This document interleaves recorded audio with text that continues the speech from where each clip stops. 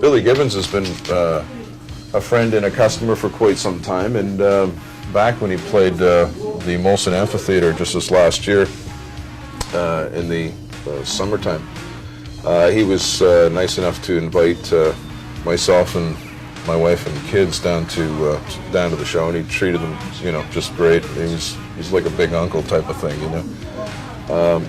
And he said, "How far is your store? We got to get to the 401." And I said, "Well, it's in North York,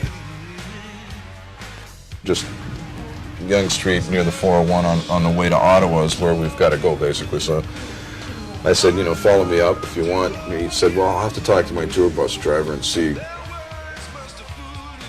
The guy agreed to come up. He just came from Winnipeg the night before, so the poor guy was pretty tired. But they came up, and they were here from about 2:30 until 4 in the morning.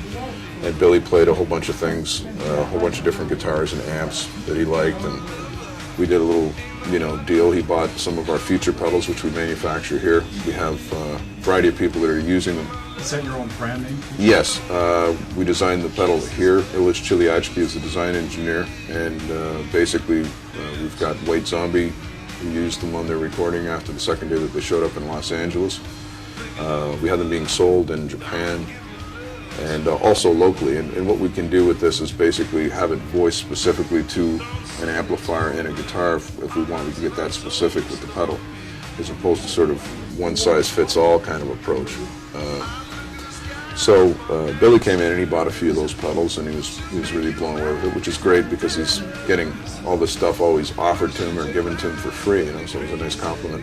But the story we're open is I got on this tour bus out the front of the store on Yonge Street. It's like sort of barren except for a trail of cars with cameras and autograph hounds, And I get on the bus and he says, "Knowing you, Ed, I figured your sense of humor, you'd probably like this sign I made for you." It was a loaner, actually, to him on the Soul to Soul record, and a collector's into memorabilia picked it up in California, and we picked it up from him along with a gig poster with Stevie Ray Vaughan. And Double Trouble, also signed by Stevie, which was quite cool. I had the pleasure of meeting him several times myself. I never asked him for an autograph. That's one thing over the years I've never done is ask for autographs, although, several artists have supplied, signatures or what have you. But the memorabilia thing is pretty huge now. I'm also working right now on a guitar, a Jimi Hendrix Flying V out of England, which was painted by Hendrix and used on the Red House recording. How does the research go for you? We'd send people out, we'd find out, we'd trace serial numbers, we'd do all that business, see if we could trace it right back to where the actual instrument was purchased, and then go from there, try to get as many, supporting sort of stories and documentation as possible, and just basically get to a point where we feel really good about it with the backup. And at that point, when we've sort of exhausted all potentials, then we are either satisfied or not with going ahead with doing something. You talked about guitars becoming an investment. Yeah, I guess it's proven to be over the years. As early as 1963, the Martin guitars really sort of took off in terms of popularity. A very loyal group of guitar players, being the bluegrass and country people, kind of were asking the question, why do these newer guitars why don't they sound like the pre-war ones? And of course, there were certain physical reasons as to why they didn't sound exactly like those earlier maybe artists and heroes that they were used to listening to and woven into the fabric of music at that time. So they started to seek out the old instruments, and of course, with there only being several hundred Martin instruments made a week, it made for a lot of competition for very few pre-war made instruments that were like the models they were seeking.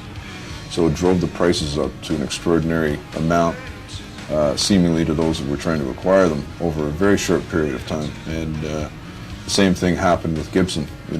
Mike Bloomfield went to England and played in front of people like Eric Clapton and Jimmy Page and Jeff Beck and all the guitar heroes. They brought a Les Paul, which was basically a discard because it was so heavy in weight.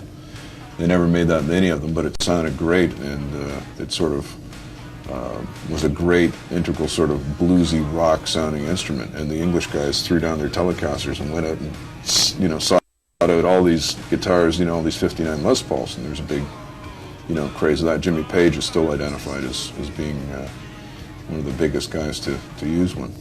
This guitar is Well worn. well worn. It's a 1953 J50, which was used on a lot of the Mountain recordings. It's signed by Corky here.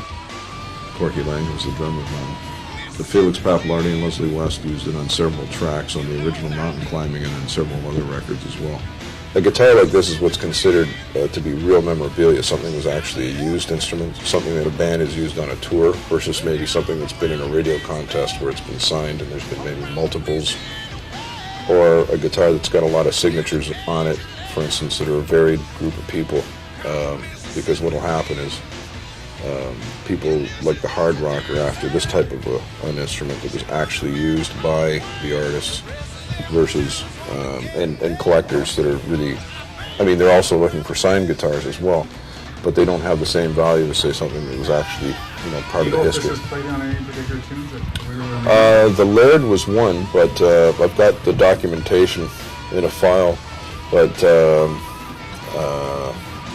the Laird was one of the songs, and I think also Theme for an Imaginary Western. There may have been I have another guitar actually up there that's also signed by Corky, which is a Westbury guitar. That was an artist endorsement guitar that was also used. What, the Strat style? No, the Strat is signed by Clapton actually, which is quite a rare thing, because Clapton's basic, I think, philosophy is that if you want one of my guitars, you get, you know, one of Eric Clapton's Stratocasters, or you get a Martin guitar with my signature on it. Yeah, the photograph that you see on the wall is a picture of Keith in a centerfold of a guitar magazine, which basically displays Keith playing a guitar that I lent him in 1989 for a video called Almost to Your Side. It was one of the last videos Bill Lyman was in. It's a silver bell guitar, which is quite hard to find. I've been looking to see if there's any other ones out there. A friend of mine who's an avid collector is looking at opening a guitar museum, has only ever found one other one, and it was green.